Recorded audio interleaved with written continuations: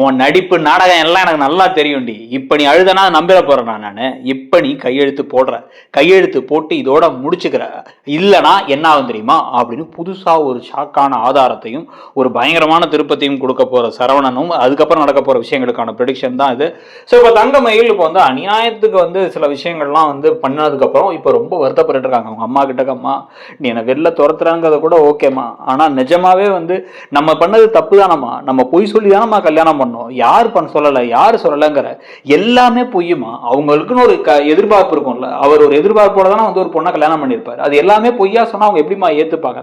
அதுக்கப்புறம் அந்த குடும்பத்தையே கொண்டு போய் ஜெயிலில் போட்டிருக்கோமா, நம்ம பண்ணதெல்லாம் மனசாட்சிக்கே அடுக்குமா அப்படின்னு வந்து பேச சும்மா ரொம்ப நான் ஊர்லயே பெரிய நல்லவ மாதிரி பேசிட்டு இருக்காது, கொடுத்த வாழ்க்கையை அமைச்சு கொடுத்த வாழ்க்கையை வாழ தெரியல உனக்கு அப்படின்னு பேசிக்கிட்டு இருக்கும் பொழுது இன்னொரு பக்கம் சரவணனுக்கும் பாண்டியனுக்கும் ஒரு மிகப்பெரிய அதிர்ச்சி ஒன்று கடையில் காத்துக்கிட்டு இருக்கு. ஸோ கடையில் வந்து பார்த்தீங்க அப்படின்னா வந்து இவங்க எல்லாத்தையும் வந்து இப்போ ரொம்ப நாள் கழிச்சு கடையை திருப்பி திறக்கிறாங்க. கடையை திறந்து கடையில் போய் உட்காந்து ஒழுங்காக வந்து இதுக்கப்புறம் பிஸ்னஸை செய்யலாம், என்னதான் கடையில் வந்து திறந்து வச்சாலும் முன்ன மாதிரி இருக்க முடியலையே அப்படின்னு உட்காந்து எல்லா ஆர்டரையும் எடுத்துக்கலான்னு பார்த்தா வரிசையாக ஒரு 3-4 பேர்கிட்ட இருந்து கால் வருது. இல்லை இந்த உளுந்துலாம் இன்னைக்கு அனுப்ப முடியாதுப்பா, இது அனுப்ப முடியாது அதை அனுப்ப முடியாதுன்னு ஒருத்தவங்க அனுப்புறவங்களாம் அனுப்ப முடியாதுங்கிறாங்க. ஏன் அனுப்ப முடியாது அப்படின்னு வந்து கேட்டால் அதுக்கான பணம்லாம் வந்து சேரலையப்பா, பணமே நீங்கள் கொடுக்கலையே அப்படிங்கும்பொழுது தான் இவங்களுக்கு ஒரு ஷாக்கான ஒரு பெரிய உண்மை தெரிய வரப்போகுது. இதை வச்சு தான் அடுத்த ஒரு பெரிய திருப்பமும் இருக்குது.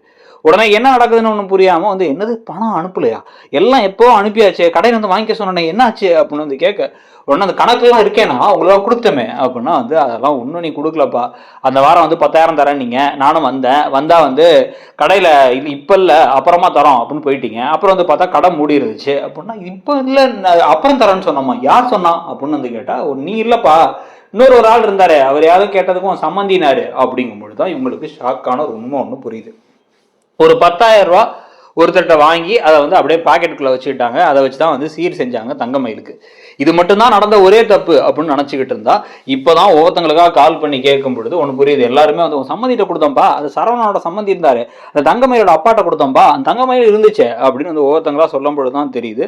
அப்பப்போ ஒவ்வொருத்தங்களா வந்து அந்த பணம் கொடுக்க பெரிய அமௌண்ட்டாக கொடுக்க வரும் போதெல்லாம் பாக்கெட்டில் வச்சுட்டதோட மட்டும் இல்லாமல் கடைக்கு வந்து அந்த மொத்தமாக டெலிவரி பண்ணுற ஹோல்சேல்காரங்களுக்கு தான் பணம் கொடுத்துட்டோம்னு சொல்லிட்டு கணக்கு எழுதி வச்சுட்டு அந்த பணத்தெல்லாம் இவர் எடுத்திருக்காரு மாணிக்கம் அப்படின்னு சொல்லிட்டு.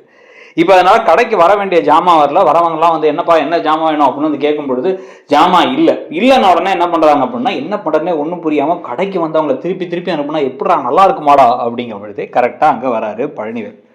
ஸோ பழனிவேல் அங்கே வந்தவர் வந்து என்ன பண்ணுறாரு அப்படின்னா வந்து என்னாச்சு மச்சான் அப்படின்னு கேட்க இப்படி ஒரு வேலையை செஞ்சுட்டு இருக்காரா இருந்தாலும் சும்மா விடக்கூடாரா அப்படின்னு சரவணனும் கொந்தளிச்சுக்கிட்டு இருக்கும் பொழுதே வந்து என் கடையில் இருக்கு மச்சான் நான் தரேன் அப்படின்னு சொல்லிட்டு அவர் கடையில இருந்து ஜாமான் நல்லா கொண்டு வந்து கொடுக்குறாரு. இதுக்கு வேற இந்த பக்கம் சுகன்யாவுக்கு செம்ம கடுப்பாகுது. சுகன்யா வந்து இதெல்லாம் சும்மா விடக்கூடாது, முதல்ல அந்த குடும்பத்தை அந்த கடையை நடத்த விடாம பண்ணணும் அப்படின்னு நேராக கிளம்பி தங்கமயிலோட வீட்டுக்கு போறாங்க.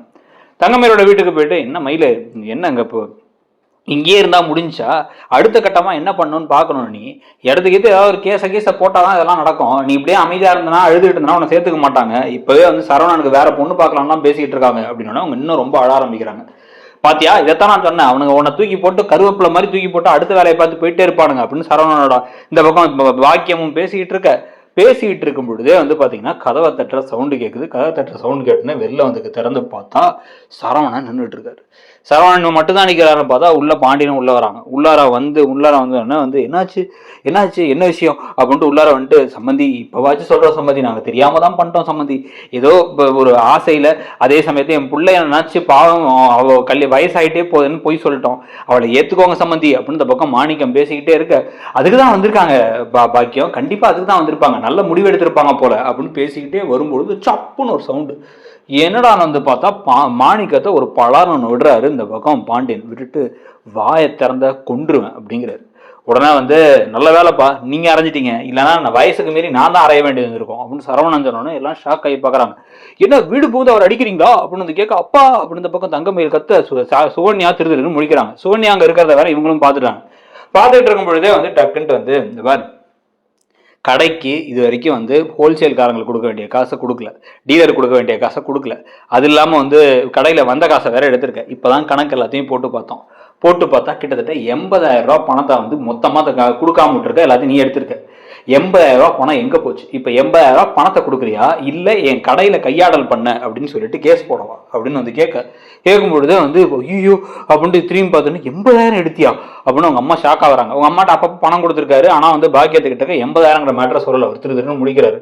முடிச்சுட்டு இல்லை பாக்கியம், லாட்ரி போட்டேன், ஸ்க்ராட்ச் பண்ணுற லாட்ரி, அப்புறம் ஒர்க் ஃப்ரம் ஹோம்னு ஒன்று சொன்னாங்க, அதில் கொஞ்சோன்னு காசு போட்டேன், எல்லாமே திருட்டு வேலை அப்படின்னு வந்து பேசும்பொழுதே வந்து இப்போ திருப்பி வந்து நீ உன் கதையெல்லாம் நான் கேட்கல, எனக்கு இப்போ பணத்தை கொடுக்குறியா மாட்டியா, இல்லை கேஸ் போடுவா, மொத்தமாக குடும்பத்து மேலே கேஸ் போடுவேன் அப்படின்ட்டு இருக்கும் போதே டக்குன்னு என்ன பண்ணுறாரு அப்படின்னா வந்து சரவணா ஒரு பேப்பர் எடுக்கிறார். பேப்பர் எடுத்து வச்சு இப்போ தங்கமயிலை கூப்பிட்டு இந்த பார் அப்படின்னா வந்து மாமா அப்படின்னா இந்த மாமா நோமாலாம் உனக்கு எனக்கு தேவையில்லை, ஒன்றே ஒன்று தான், இப்போ உங்கள் அப்பா மேலே கேஸ் போட்டு உங்கள் அப்பா உள்ள தள்ள என்னால் முடியும். இத்தனை டீலர்கிட்டையும் பேசி எல்லாத்துக்கும் வந்து வீடியோவாகவே கேட்டு வச்சுட்டான். அவங்களே வந்து இப்போ வந்து சாட்சியே சொல்லுவாங்க, அவங்க வந்து இவர் வந்தாரு, இவர் தான் அப்படி சொன்னாருன்னு சொல்லிட்டு. ஆனால் கடை கணக்கில் பணத்தை கொடுத்தாச்சுன்னு நீயும் உங்கள் அப்பாவும் சேர்த்து எழுதி வச்சிருக்கீங்க, யாருக்கிட்டையும் பணத்தை கொடுக்கல. இப்போ நீங்கள் என்ன பண்ண போகிற அப்படின்னா உங்கள் அப்பாவை காப்பாற்றணும் அப்படின்னா டிவோர்ஸ் நோட்டீஸில் கையெழுத்து போடு. இதை வச்சு இழுத்துட்டே போகலாம், நீ வந்து டிவோர்ஸ் கொடுக்காம இழுத்தடிச்சிட்டே இருந்துட்டு என் வாழ்க்கையில திருப்பி ஒட்டிக்கலான்னு ட்ரை பண்றது, வீட்டு வாசல்ல நிக்கிறது, கோயிலுக்கு போனா கோயில் முன்னாடி நிக்கிறது, கடைக்கு வந்து நிக்கிறது அப்படின்னு வந்து டிராமா பண்ணுவேன், எப்படியாச்சும் ஒட்டிப்பியோன்னு எனக்கு பயமா இருக்கு.